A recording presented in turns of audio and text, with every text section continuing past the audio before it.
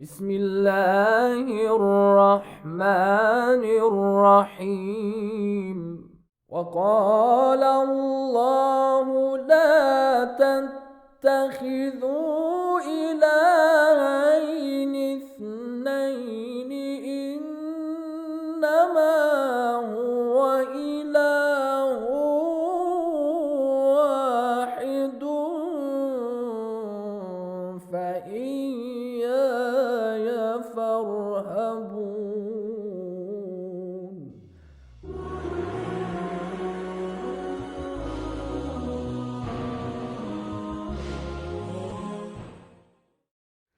اعوذ باللہ من الشیطان الرجیم، بسم اللہ الرحمن الرحیم، الحمد للہ رب العالمین، والصلاة والسلام علی اشرف الانبیاء والمرسلین وآلہ الطیبین الطاہرین المعصومین۔ عزیزان گرامی، صفات ثبوتیہ وہ صفات ہیں جو صفات کمالیہ ہیں، اور اللہ تعالیٰ کی ذات میں وہ کمالات اور وہ صفات پائے جاتے ہیں، اور ان صفات کے بارے میں جو کمالات ہیں پروردگار عالم کے لیے انسان شناخت حاصل کرتا ہے، اور ان صفات کے ذریعے اللہ تعالیٰ کی توصیف کرتا ہے، ان صفات کے ذریعے اللہ تعالیٰ کی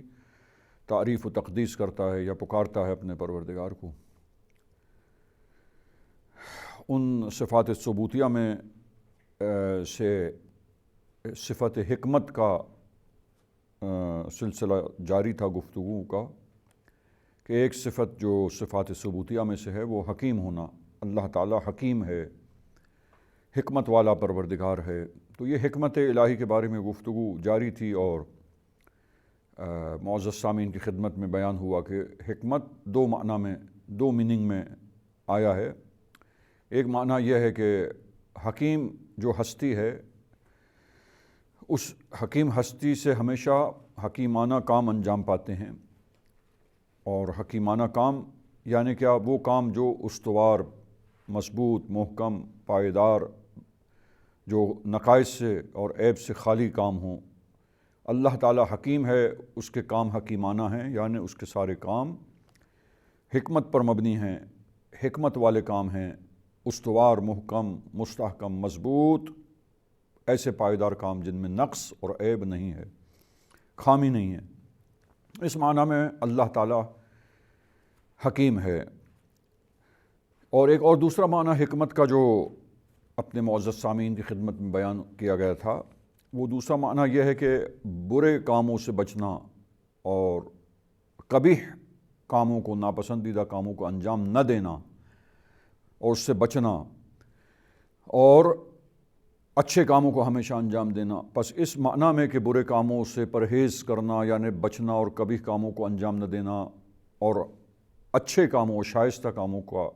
ارتکاب اور ان کو انجام دینا۔ اب اس معنی میں حکیم ہونا اللہ تعالیٰ کے لیے اگر سوال ہو کہ اس دوسرے معنی میں بھی حکمت کی صفت اللہ کے لیے لائی جاتی ہے، اور یہ کہا جائے گا کہ اللہ تعالیٰ حکیم ہے، یعنی برے کاموں کا ارتکاب نہیں کرتا، قبیح کاموں کو انجام نہیں دیتا پروردگار عالم، اور اچھے کاموں کو انجام دینے والا ہے۔ اس کے کام حکیمانہ ہیں، یعنی سارے کام اچھے کام ہیں، پسندیدہ کام ہیں، اور قبیح کاموں کو انجام نہیں دیتا خداوند متعال۔ اس معنی میں آیا حکمت جو ہے وہ اللہ تعالیٰ کی صفت متکلمین کے نزدیک ہے،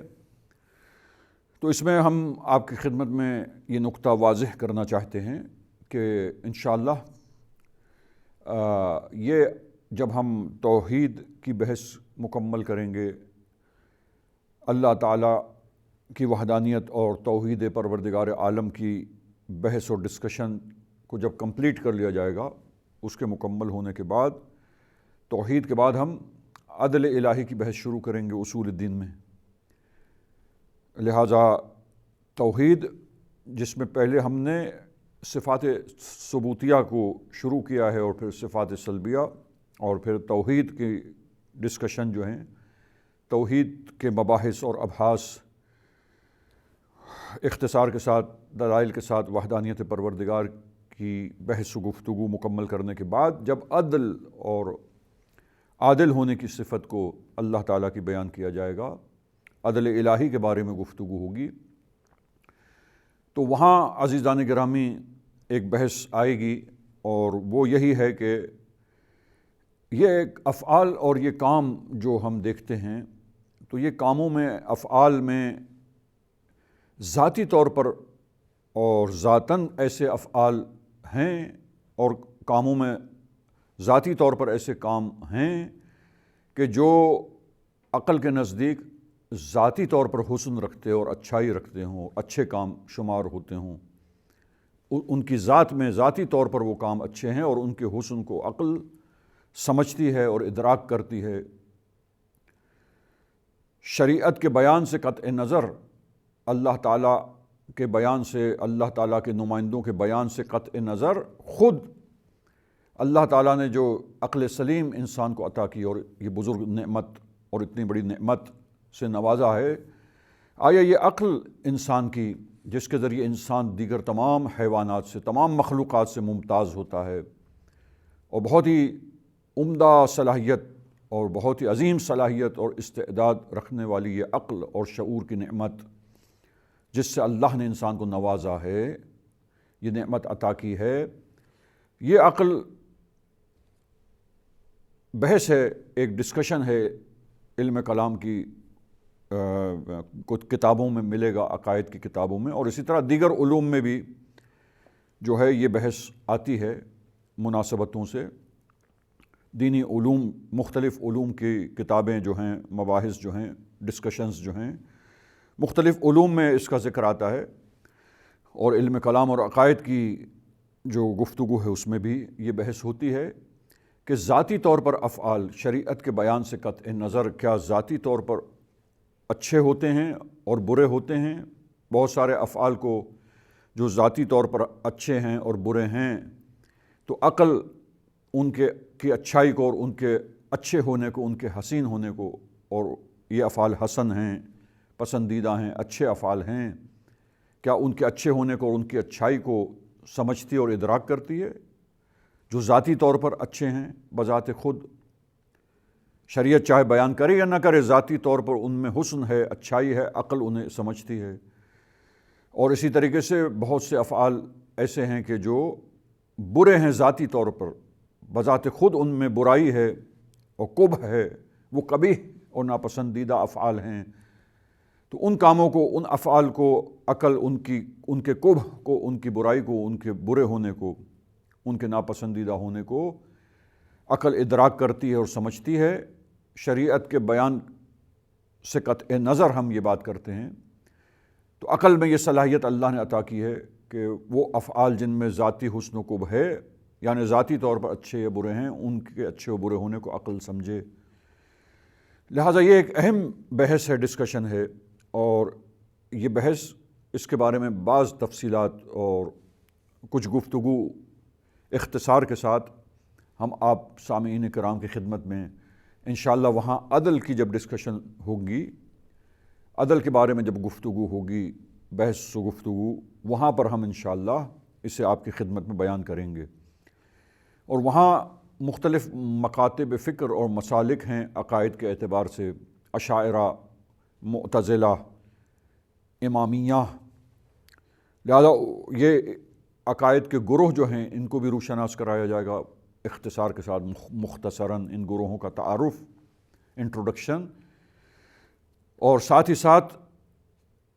ان کے جب کلامی لحاظ سے ان کے نظریات پیش ہوتے ہیں۔ ابھی ہم یہ بتائیں گے یہاں پر کہ امامیہ اور معتزلہ،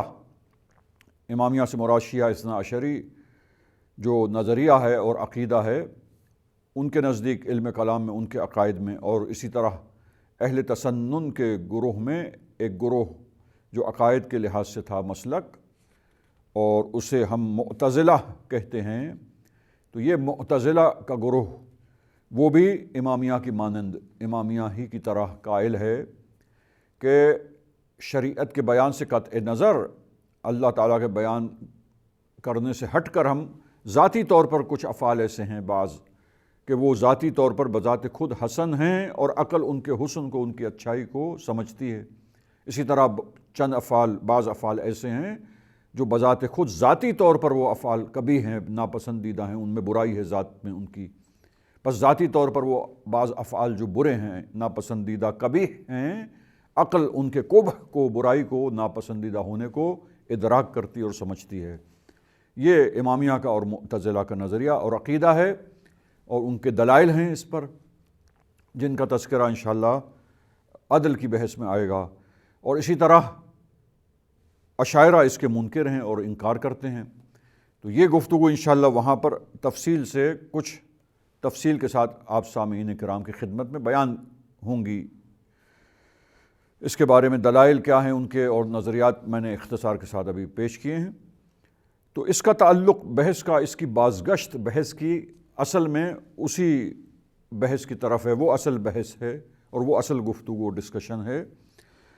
جو وہاں پر پیش ہوگی۔ لیکن اب معتزلہ اور امامیہ کا جو نظریہ ہم نے ابھی نظریہ بیان کیا کہ افعال ذاتی طور پر بعض حسن ہوتے ہیں، اچھے ہوتے ہیں، بعض افعال ذاتی طور پر قبیح اور برے ہوتے ہیں، تو اور عقل اس کو ادراک کرتی اور سمجھتی ہے، تو پھر یقیناً خداوند متعال آیا اس دوسرے معنی میں حکیم ہے کہ قبیح اور ناپسندیدہ افعال کو وہ انجام نہیں دیتا، اور ہمیشہ جو پسندیدہ اور اچھے افعال ہیں،